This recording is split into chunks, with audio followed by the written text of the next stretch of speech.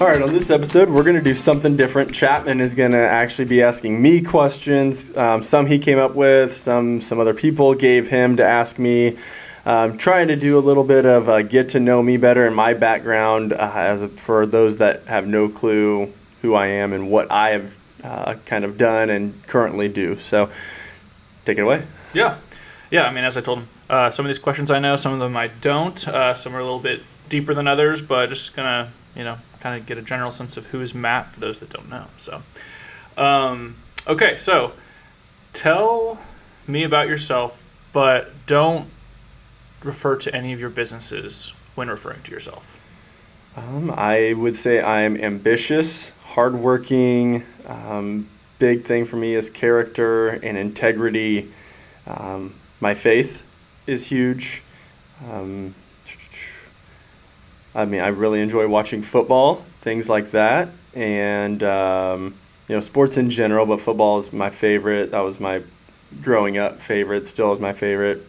Dallas Cowboys fan, and I like to just do stuff with Hill and the kids, go on trips, spend time with them.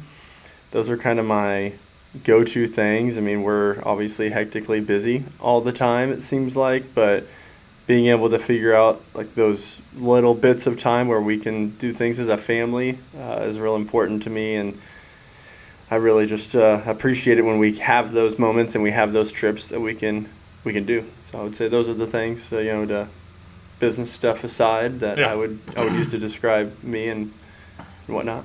Okay, yeah. So kind of rewinding a little bit, give the listeners, some background on your family life growing up. You can start wherever you want, and then maybe to high school. I mean, growing up, born and raised here in Macon County. My parent, when me and Josh were super little, I think like 2 and 1, we moved to Forsyth, and grew up in Forsyth. Me and Josh, and then my parents had Callie and Hannah, 9-10 years later.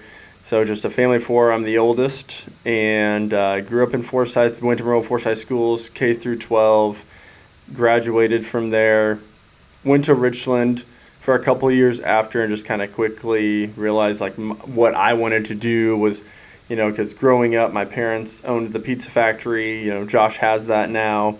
But I knew I wanted to do the whole full service restaurant thing. My parents always talked about expanding the pizza factory, having a bar and inside seating, things like that, and they never pulled the trigger on it. So it was always just something that I wanted to do. So once I went to Richland for a couple of years, I was like, okay, I know that's what I want to do. So I kind of started channeling my energy into that. My parents, growing up, we had just a really tight, loving family. So I'm super blessed for growing up in a family like that. Yeah. And, I just think that kind of set me up for knowing that I wanted that when I got older, was making sure, I had a super strong marriage like my parents did. And, I pushed for 4 kids. Hill wanted 2, so we ended up with 3. So, yeah. So going back a little bit, I think I know the answer, but other people may not. You said you went to Richland, but you knew what you wanted. You wanted to start a business. So why'd you go to Richland for a little bit? Well, at first I wasn't sure. Did you get a degree or when? No, I didn't even finish my associates. Yeah. I thought I kind of had multiple things in my head of like potentially what I wanted to do when I graduated high school. I thought about going into pharmacy because I kind of liked that. So maybe being a pharmacist sounded interesting to me, and I did some research into that. So like my first year at Richland, some of those classes would have kind of lined me up for when I transferred. And I also took some business classes because I was interested in business the whole time too. But I just quickly learned, I really enjoyed working at the pizza factory and that part, but I knew I was missing something. I knew I wanted more than just a delivery carry out. And so that's why I didn't even finish my associates, because I knew okay, well, I don't need an associate's degree to do what I want to do. Yeah. And nothing wrong with college, but if I don't need it, I'm not going to do it. Yeah, no, why waste the money? Yeah, there's no point. Yeah, no, exactly. So obviously on here, you talk a lot about your faith, and it's obviously a big part of your life now, but can you explain, Was that a big part of your life, your family's life growing up, in your household, or what was that situation like? No, I mean, my dad had always professed to be a Christian. I wouldn't say he intentionally tried to like be a man of faith or anything. I mean, growing up until I was probably a teenager, my mom was not a Christian at all. She had kind of a rough childhood and a rough upbringing, so faith was nothing that she, even entertained. But my grandma and grandpa, my dad's mom, they took us to church, me and Josh, almost every Sunday. So they had us involved in stuff, Vacation Bible School, things like that. So, like I was, I believed in Jesus, that he was my Lord and Savior and all that stuff growing up, but I did not have a full understanding of what, I didn't have an example per se of like living a life of faith or being a devoted follower of Jesus and intentionally having a relationship with Jesus. It was just try and be a good person, and I believe Jesus is my Savior, and that was pretty much it. So it was real surface level, and it was basically like that. When Hill and I got together, it was important for both of it was important that I didn't want a big conflict of who I was marrying not believing in Jesus. So like that was an easy one. Hill was a Christian. She was involved in church stuff early on and everything, so that part was easy for us and everything. But I would say she had a similar level of faith that I did. It was pretty surface level. So we kind of got to grow from surface level faith to strong faith, intentional, being involved in things, trying to help with leadership things, and actually intentionally following Jesus, together. So that's been part of our journey together, and we really didn't even understand that probably, till we had been married for, 5 years or so. Yeah, no, that makes sense. Which you've kind of, talked about that as well. So, what would you say maybe the biggest part or just a part in general of your upbringing that shaped who you are today that, maybe most people don't know about? Do you have anything specific that you can think of? Yeah, I would say two things. One was the way my parents loved each other and how they gave a great example as far as being able to get through situations, arguments, stuff like that. Like they always were intentional about showing us like what a good loving marriage should look like, which was great because I got that part of it, but it wasn't even like Christian based. It was just a love base. So like I could double down on it now, like the love part and it being a Christian based part. So for me and Hill's marriage, and then they just instilled in us that you have to work for stuff you want. So I mean, me and Josh from an early age were told, when you're 16 you can drive, but you need to start saving up your money because we're not going to buy you a vehicle. If you want a vehicle to drive, you're going to have to save up your money and buy it. Things like that. Now we were blessed to have the opportunity to work. We could work at the pizza factory to make money, but that was also a sacrifice on their part to, my mom, after school on Fridays we'd get off the bus and she would drive me to the pizza factory and just drive back home. Like that's nobody wants to drive 20 minutes each way just for that. But they took the time to instill those lessons of nobody's going to give you stuff in this world, and the real winners are going to outwork people. So they instilled that into me early on, and that's obviously a big thing I obviously believe in and try and live by. Yeah, no, I see that. Yeah, absolutely. Obviously your parents ran the business together. You and Hill kind of run your business together. You do run your business together. What was it like watching your parents run it together, as a kid? Well, I mean, for me as a kid, they would always, we got babysit quite a bit in the evenings because, back then they hadn't built up the business enough to where my mom couldn't work. Once Callie was born, my mom stopped physically working in the pizza factory for the most part. Because they were more financially free. Yeah. And it was busier, so they could afford to pay more people and things. But growing up, it was just a team effort for them to build up the business. And then once Callie was born, like I said, my mom kind of stepped back more. And then once I turned 16, and then especially once I was like 17, Josh was 16, and we had our own vehicles, my dad even stepped back even more because he had us that could do more with having our own license and being able to drive and all that stuff. Yeah. So, I mean, I didn't see any of the growing pain parts because I was too young, Right. to really see. I more saw once, I saw the part where we had to be watched a lot because they had to work a lot. So, I mean, obviously I valued that, growing up and now. But then I also got to see the flip side of a little bit more freedom part. Yeah, no, I mean, that makes sense. Yeah. Okay, so fast forward a little bit, not too much, but, to meeting Hill.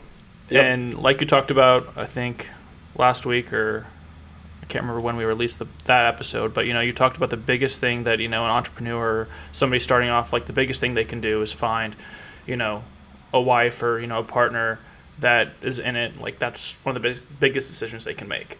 As far as picking a legit partner for all facets of your life. Yeah. They don't have to work in your business with you. Yeah. I mean, you could have already had a business, but they're supportive and they understand what grinding means. Yeah. And the sacrifice that goes with it. Yeah. So, in your case, obviously, it's you and Hill. When did you know, I think your mindsets are different, but when did you know that she could, either handle what you were wanting to do or, at least just know like she was going to be your partner in all this? Like it can be you and her together with what you guys want to build. I mean, for me, it was pretty simple because I watched, I waited many months to be able to take her on a date anyways, but I knew she went to school full time and she worked 2 jobs. Mm-hmm. So to me, she was already checking the box of, okay, she understands that you have to work in life. Mm-hmm. Nothing's going to come easy, and she's willing to do 70, 80 hours worth of stuff if that's what it takes to be successful. So, I saw that for many months before we even got to go on a date. And then, once we went on a date, and it was, for us, it clicked really fast. She moved in after a couple months of dating. We were engaged a little, basically about 3-ish months after we started dating. So 3.5-ish months after we started dating. So it was clicking really fast for us and really well. And it's just with conversations we were having, we were on the same page about a lot of things. Like she did not like lazy people, and I wasn't a fan of lazy people. So it made it simple for us to realize, okay, we're going to push each other to work hard, which was something that was important to me. I wanted a partner that was going to push me, not just work hard, but, work out hard, stay in shape, be a good husband and father, like someone that motivates me to do that. Like all those things were important to me, and I just could tell she was going to do that and push me, which is, I just knew quick. After our first date, I told Josh and Cody, like, hey, I know I'm going to marry her. Yeah. Like, there's no doubt in my mind that, God put her in my path for this reason. Yeah, no, that makes sense. Obviously working with her, now I think, in shop, it's usually on the weekends, but as I think a lot of business owners know, even if you're at home, you're not working, so tell me some, pros and cons with working with, obviously I have my own too, but, pros and cons with working with Hill, essentially 24/7 with all your businesses. Well, early on we had to learn how to argue and it not affect when we went home, because when we first opened Maroa, that first year, you're working almost every single day, 10 hours plus together. Yeah. And that was obviously challenging, especially at the beginning because, especially at that age, I was 22, 23, I had way more of a temper than I do now, as far as not a temper just in general, but like I would get mad when I would or the staff would make a mistake in the kitchen to make a customer mad. Like everything I took personally and everything, which is good. As a business owner, you want to take it personally, but you can't let it make you angry or overreact. And I had a lot of growing to do, especially those first few years of, because Hill at the end of the day would take the brunt of it. Yeah. Because she would be the one trying to, fix it and everything. So Yeah. instead, I had to learn that part really, and she had to learn how to handle me because I was so passionate. We balance each other out really well because she can be more calm and I can be the high-strung, super passionate. But there needs to be a good balance of both, because if you don't have that passion, you're probably not going to get things done. But if you're overly passionate and overdo it all the time, you're going to either steer people away from you that can't handle that kind of pressure, or you're just going to have too many things and not get stuff done. So Hill just brings that balance, and we kind of balance each other out. Yeah. And now that we have multiple businesses and everything, and we've just learned and intentionally grew over the years, now it's just, to me, it's all good. I mean, there's not really any downsides now. I mean, back then there was the parts of, the arguing sometimes because of work. And I would say to this day, we would say most of the time if we have an argument, it's one of the businesses related. Mm-hmm. But those are few and far between now because we just know how to handle it so much better, and we've grown a lot and whatnot. So at this point, there's nothing, it makes it so much easier that she's my partner because I know she's never going to let me down. Right. And she has that confidence in me. Like, we make mistakes, but at the end of the day, we're never letting each other down. And to have that as a partner, you can't put a price tag on or, any sort of level of comfort on. That's just how important that is. And that's why I made that comment about how important choosing your spouse is. First get your relationship right with God, but after that, it's choosing your spouse. 110%, because if you don't have the right spouse, your business could literally not work. It could literally just crumble because all that, and then just need to be made, and and then you end up not even having a business. But on the flip side, when you have the right partner and they get it, it's the reason the business is successful, which is how I look at it. Yeah, no, makes sense. Obviously, multiple businesses, multiple kids, time at home as well.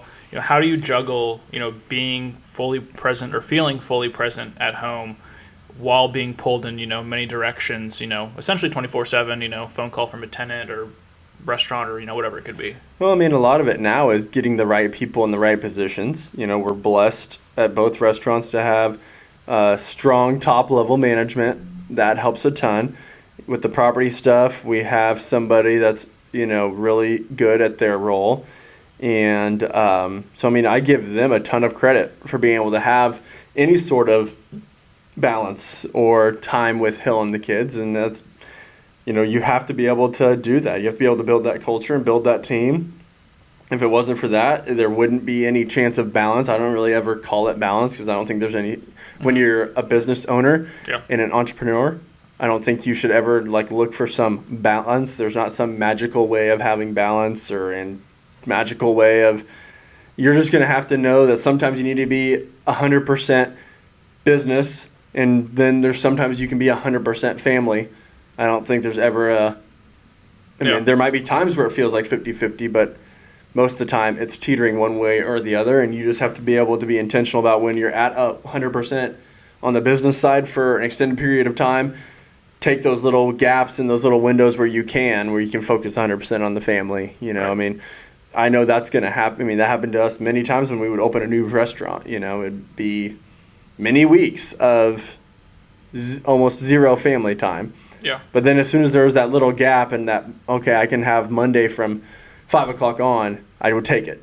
Mm-hmm. Just things like that. Yeah, no, that makes sense. And yeah, obviously, I see that a lot as well. So, how has your faith influenced the way that, you run your businesses and then also, run your family?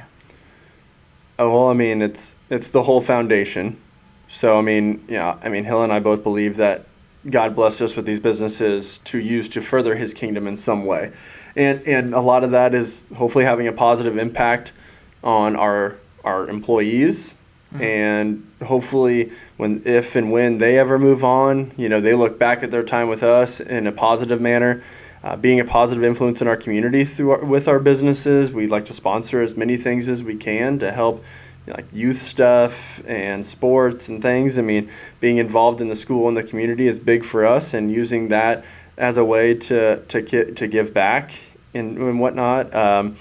Just really, I mean, and as far as family goes, I mean, we just try to lead that way. I try to lead that way. I mean, obviously it's biblical. The man is supposed to lead the house, and Hill wants that. She wants me to be the leader that sets the example, and she also sets an example too, obviously, for the kids. So we're very intentional about praying with them and leading them in that way, having them at church and in those types of activities. And I mean, obviously, like, there's growing pains all the time. There's things I mess up all the time, but at the end of the day, I'm intentional about trying to grow and be a better husband and be a better dad and be a better leader and a better business owner, and always staying humble and not being greedy and trying to do everything with character and integrity. Okay. Yeah. Yeah. Switching gears a little bit, obviously you've got a lot of employees, people under you and your businesses. How would they describe? How do you think they would describe your leadership style? Oh gosh, I would hope. I mean, they're all probably gonna say they can feel my energy and passion, because I am very energetic. I would say, hopefully, they would say that I'm very fair. I don't ever, try and single anyone out or anything. I try to be, I treat everybody equally. Hey, if you mess up, I'm going to talk to you the same way I would if it was this other person. I would say that, hopefully they just, feel like I do it with a sense of character and integrity, and they know that my intentions are good. I want to have a great work environment. I want a great team atmosphere. I want it to be very positive, and I want people to look forward to coming to work with us. Yeah. And at the end of the day, if and when they move on, like I said just a little bit ago, I want them to look back on it and have good memories. We still have a lot of people that will come visit years later, even though they've moved away, and come by and eat dinner, and we'll talk to them and whatnot. And so that's one of my favorite parts, is getting to have those relationships with those ones where you can just tell, like, okay, they get it, they're gonna have a bright future. Yeah. And the ones that you can tell don't get it, like, I do try to, whenever I'm there, intentionally talk to them. Hey, what are your interests? What do you want to do after school, and blah, whatnot. I mean,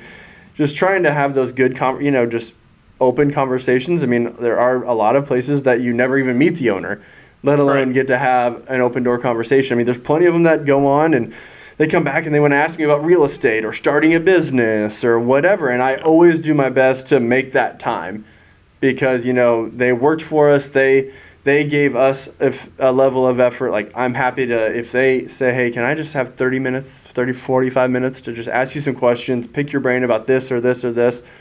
I've always been able to do it, whether it's a phone call or they, come in or whatever. I've always tried to be intentional about doing that and making myself available, because I do want to be a good example for them.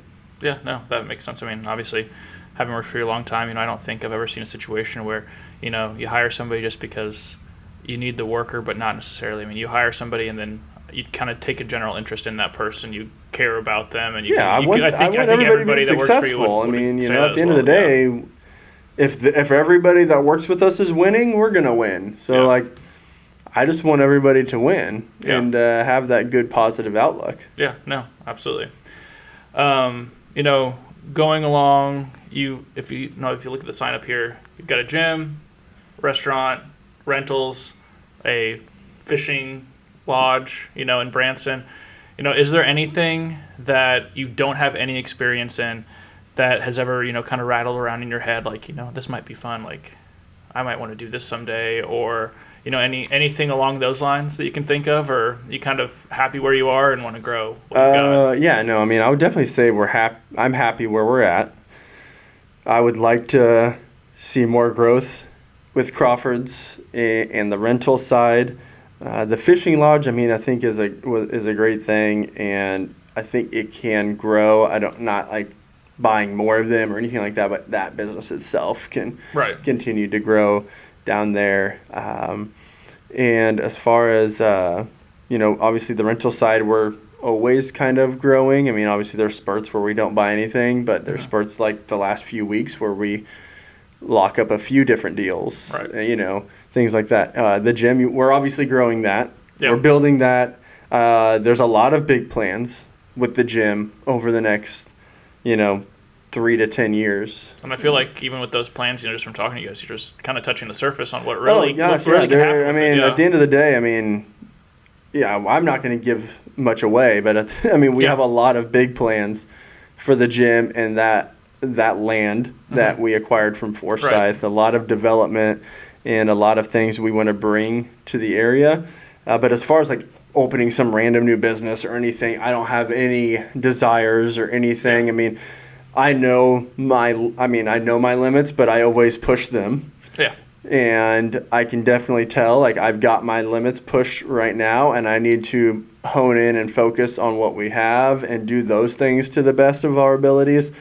And then at the end of the day, we have plenty going on for the next 10 years, I would say, without even trying to add something else. Well, Brooklyn will start grade school next year. Yeah, and then, and that's not including the kids. So, I'm helping coach Cooper's flag football team, stuff like that. Like, I want to be involved in those things too. So I wouldn't be able to do anything else. Right. And I'm self-aware enough to know I can't do anything else and be involved in the things I want to be involved in with the kids. Yeah, no, that makes sense. So we're, switching gears again, we're probably, I think we're 20 episodes in or so far in the podcast. Okay. You wanted to do it for, like I think you've mentioned before, almost I feel like 2 years now. You've kind of talked like about that. it. Yeah. And you've interviewed, a plethora of people, done some by yourself. Have you gotten the outcome so far that you've wanted from this? Or I don't. Did you have any expectations? No, I don't know if I really have any expectations. I am looking at it as I'm trying to give the value and input that I wish I would have gotten when I was 22 and starting my entrepreneurial journey. Yeah.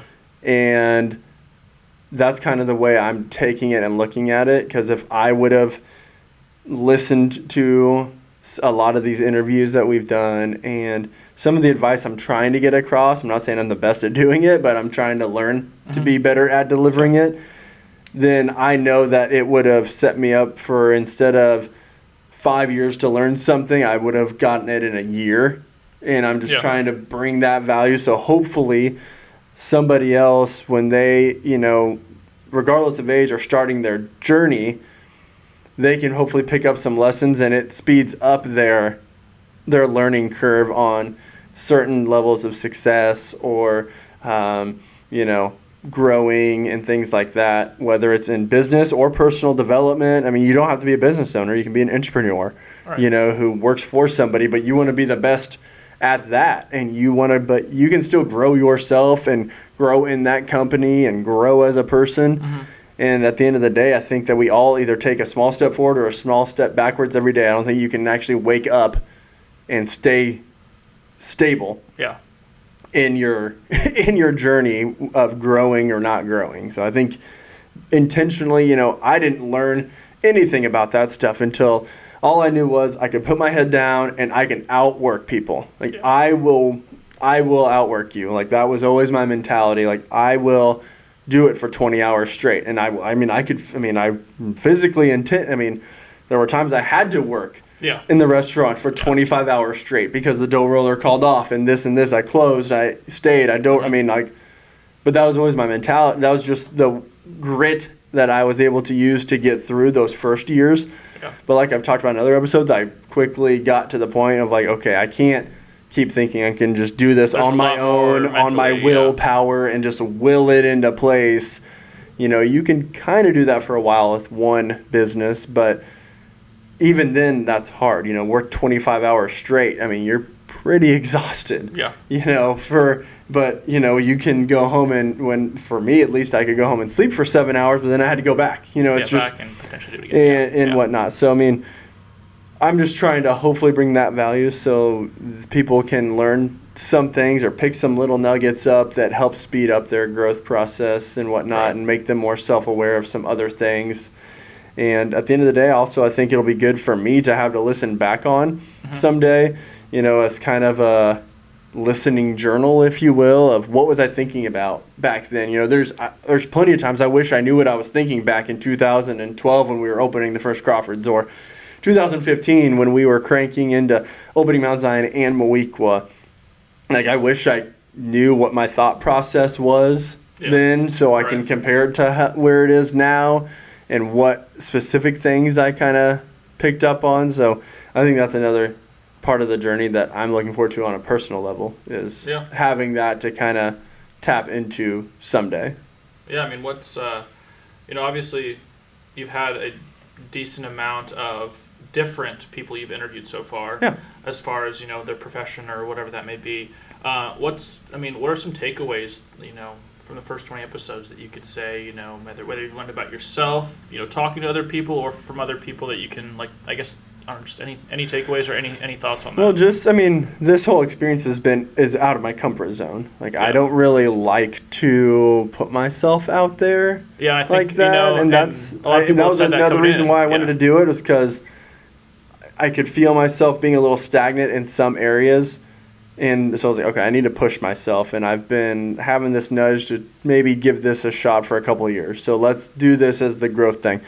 And as far as learning, I think I've learned something from every person we've had on, for sure, even though a good portion of them I knew a decent, not super close with, except for obviously my dad and my brother and whatnot. But some of them I just knew from, more as an acquaintance, didn't really know any of their backstory or anything. So, I think it's just unique how everybody's backstory is different. Right. But then you're still, at the end of the day, some common things of you have to work hard.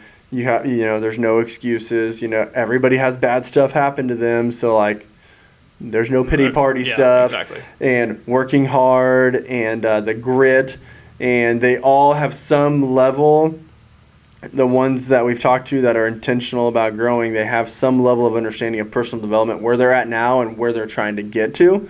So I think that also is pretty cool that, they all kind of had something like that. And I think that's a pretty common thing when you're talking about success, and people that are successful know what it takes to get to a certain level of success, but we can all get to a next level. So it's how do we, there's always a growth. There's always something we can do to grow as a person. So, I think it's unique because everyone we've talked to so far is in different stages. And I look forward to finding some other people that are maybe in some start out, literally just, hey, I'm 6 months into my business. Because I think that'll be cool to see what their perspective is. And people that have had businesses for 30 years that can, that are well, actually, I'm in the exiting phase, or, something like that. So I think, and at the end of the day, that's another thing I hope for people that are listening, to just gain different perspectives. Once again, you can learn something from everybody if you take the time to, I feel like. Yeah, no, I definitely have learned something just from listening as well. So so, kind of wrap things up. I got one last question for you. What do you hope your legacy as a dad, husband, business owner, a man of faith, what do you hope that will be, I guess the rest of your life?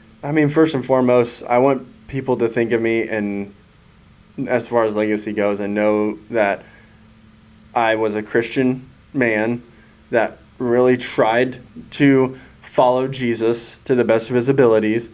Obviously, I make mistakes and I stumble all the time, but first and foremost, that's what I want. I hope to leave that impression, and I know that I've got a long way to go to do that, and I'm being intentional about that. So that would be first and foremost. Obviously, as a husband, I want to set that example for not just for my kids, but for those around me, of how you should treat your wife, how you should work with your wife as a partner, and I want my kids. It's important to me that my kids see how I treat Hill, so they, especially kids in Brooklyn, they have to expect that from a guy. I want to set a high standard so that they're not going to settle for a man that doesn't have high standards too. Yeah. And even for Cooper, how he should treat his wife. Yeah. And how he should lead in that way.